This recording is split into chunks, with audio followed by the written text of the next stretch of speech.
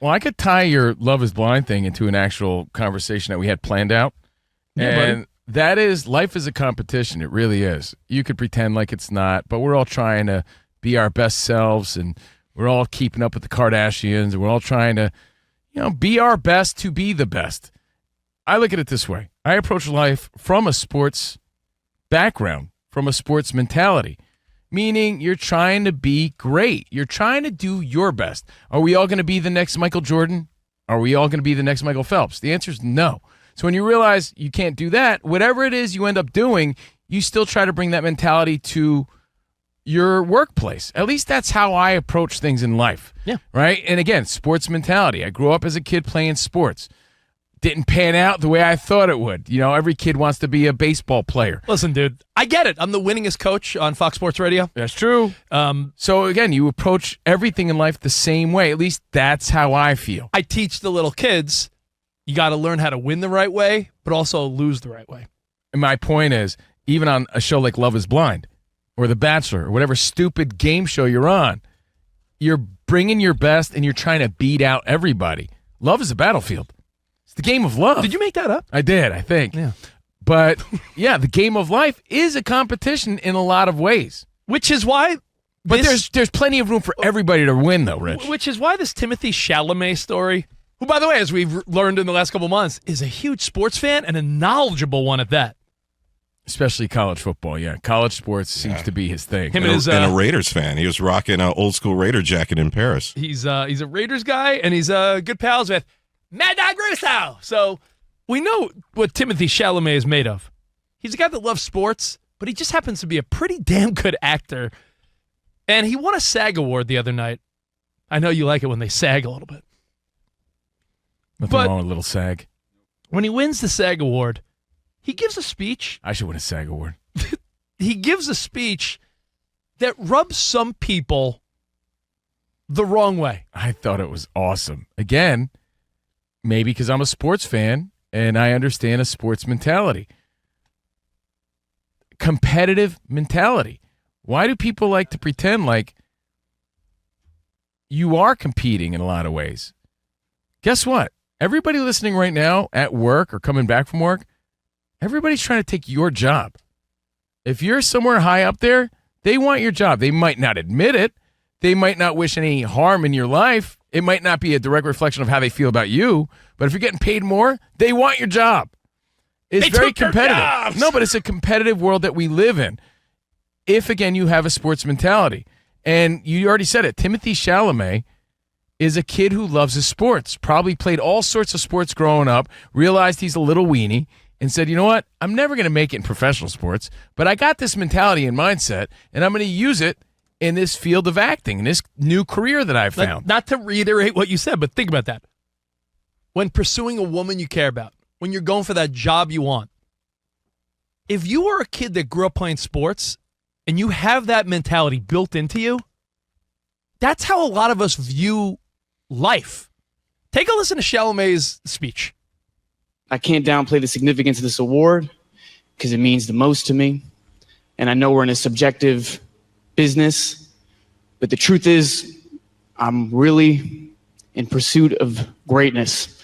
I know people don't usually talk like that, but I want to be one of the greats. I'm inspired by the greats. I'm inspired by the greats here tonight. I'm as inspired by Daniel Day-Lewis, Marlon Brando, and Viola Davis as I am by Michael Jordan and Michael Phelps, and I want to be up there. So I'm deeply grateful to that. This doesn't signify that, but it's a little more fuel. It's a little more ammo to keep going. He's on a pursuit for greatness. How cool is amazing. that? You would think that everybody applauded that speech because it was off the cuff and it wasn't the kiss-ass speech you normally hear to the Academy or to the people of the SAG Awards or my fellow actors who I want to kiss your ass and everybody with a kiss-ass stroke fest. He's like, yo, I'm trying to beat all your asses here. I'm trying to be the best. I'm not playing games. I'm here to win. And I think that's so cool, dude, and refreshing, yet he's getting backlash for that. Now the only rub is that art is subjective. Then why are they giving away out awards, Rich? So don't give me that hogwash. Don't give me a subjective when you're giving out awards. It's an award show. He wanted to win. I commend him for being honest here and saying, nah, I wanted to beat all your weak asses. A complete unknown. He won for that. The Bob Dylan story, SAG Awards. Now we're heading into the Oscars this weekend. And again, the story's becoming a bit of a thing because they're like, we don't like his attitude toward, the Academy and his competitive nature. He's saying, I want to be the Michael Jordan and Michael Phelps of what I do. And I think everybody should have that same approach to whatever it is they do. Well, with all due respect, the people chirping the loudest on the other side are like a lot of these cackling women on like The View and these roundtable shows. What show did you find this on? Oh, well, this has gone viral too, but this is just one of many clips, and one that aggravated me the most. It's from The Social. I don't even know what that is. Melissa goes on a rant about how offended she is by what Chalamet said about wanting to be great in his pursuit of greatness. I don't want to knock anybody's hustle, but Timothy, that should have stayed in your journal, my friend. Not even funny, number one. What are they laughing at? Unfunny. I'm sorry, Timothy. There's like inside thoughts and outside thoughts. And he just blurted it out. And I just thought to myself, you little brat. Really? Hold on, pause. Stop it. Are people holding up laugh signs? Yeah, they must be. There must be like a button, like a laugh studio track. I'm sure there's a light that says applause. Hey, Sam, I'm going to point to you every time I want you to play that. Wrecked him. Damn near killed him. My dad always used to say that joke.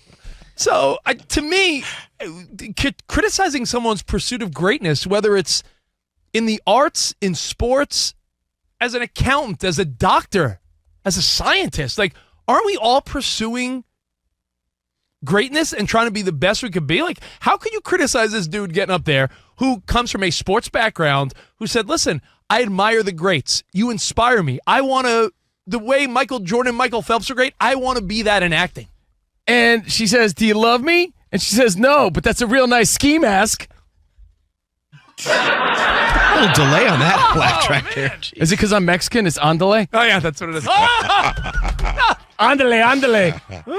On a Taco Tuesday. Now, continue with this nonsense that this woman on The Social spits about Chalamet, Sam. Yeah, let's pick it up.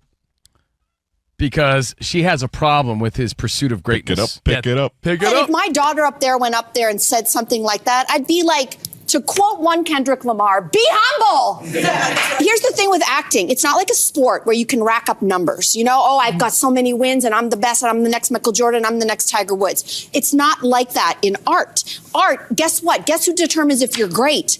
Your audience, not you. Then so stop sit down. giving out awards, you idiots. I don't understand that. Yes, art is subjective. We could all agree, right? I could look at something and think it's the stupidest thing ever. Other people put high value on it because it's subjective. It's art. Then stop giving out awards. If you're going to give out awards, I don't blame Timothée Chalamet Ding Dong. No, as Adam Sandler would call him. Oh, yes. Timothée Chalamet.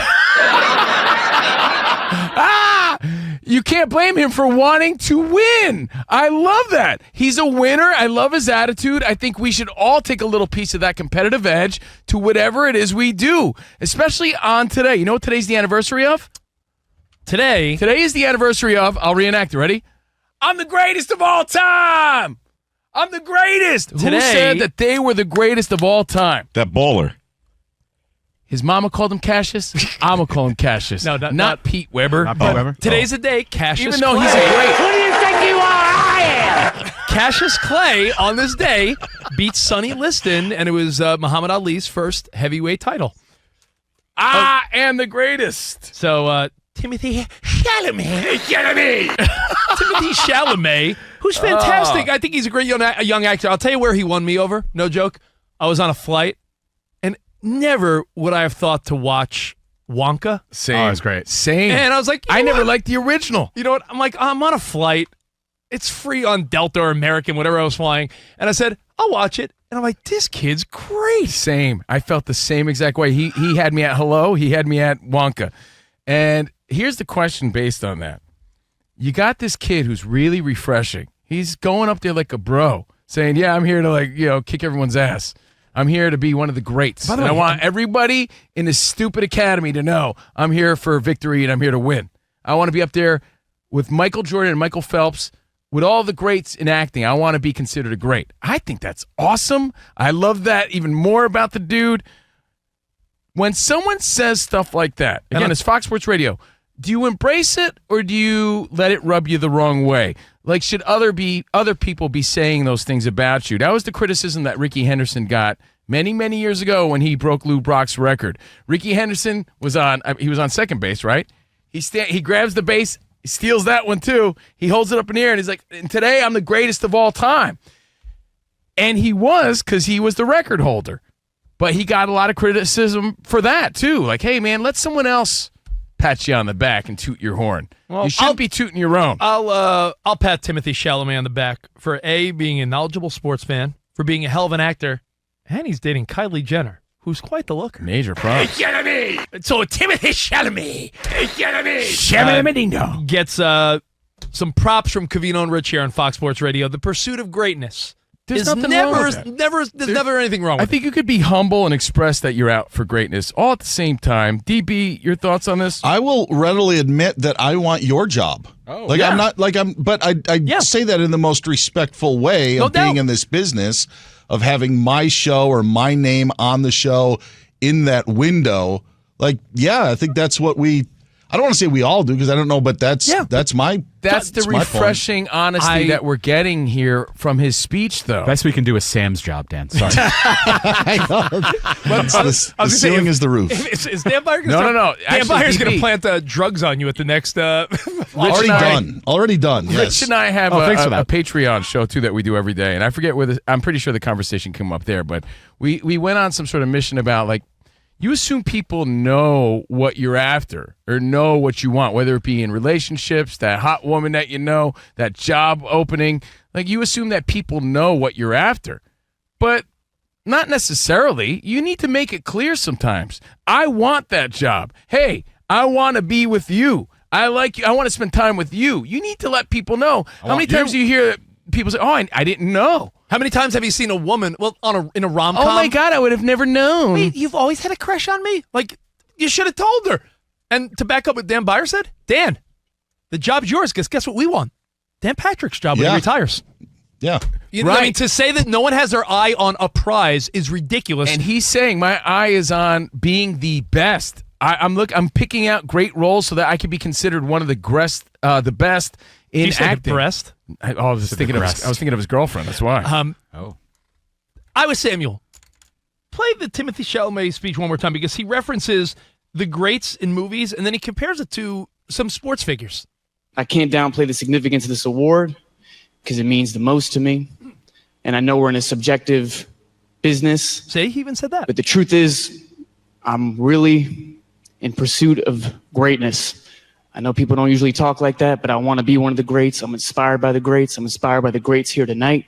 I'm as inspired by Daniel Day-Lewis, Marlon Brando, and Viola Davis as I am by Michael Jordan and Michael Phelps, and I want to be up there. So I'm deeply grateful to that. This doesn't signify that, but it's a little more fuel. It's a little more ammo to keep going. By the way, you think anybody that we admire in entertainment or sports, you think any of these people didn't have the same exact mentality? You think it just happened because they were swell fellas? They were after greatness. Who does everyone sweat? Our generation sweats two basketball players more than anyone. Michael Jordan, who we learned in The Last Dance is a psychopath, and Kobe Bryant. Mamba mentality. Yeah. Like cutthroat, I'll kill you. Like, so you look at some of the greats. This makes me love Timothée Chalamet. Me in fact, too. You got a number one super fan, Timothée Chalamet, because same. I like the honesty. It's I'm refreshing. his number one super fan. You're his number Rich, two. Rich super just fan. said he was. No, I'm number one. He's number two. Come on. I want to be his number one super fan, like COVINO and Rich. I'm letting everybody know. No, Rich already took the spot. No, you know what? Man. You can have it. Because sometimes the number two is better than the number one. Oh, well, yeah, that is true, especially after their Taco Tuesday. Guys, your thoughts, because I think it's gross. Here's what I think. I think it's gross. I don't know this person from the social, so it's nothing personal. Yeah, she's probably a right? sweet lady. But she's also a person that is What a speaking on behalf of a cackling lot voice. of people, though. A lot of people that are like, art's subjective. Where's his humility? This is not how, entertainers should react.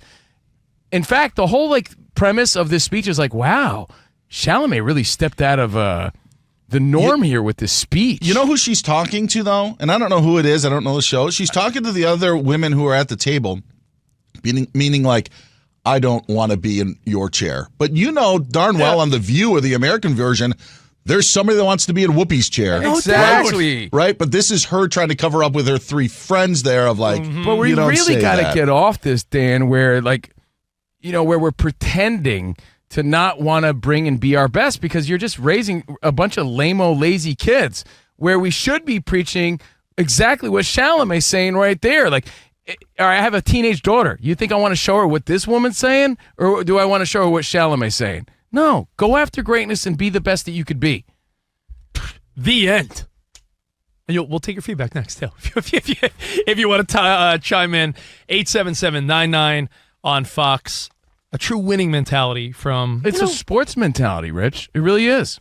And that's what's separating him from the other nerds in Hollywood. What's interesting is that all these kids audition against each other. Isn't that the competition of all competitions? You would think so, right? Trust me, you audition for a big movie role? That's Are they not competing? Auditioning for what a bunch of frauds. An Academy Award level movie is the same as trying to make a starting rotation in baseball. It is the elite competition. Good luck. Is that subjective? No. Someone beat your ass out. No doubt. Work harder.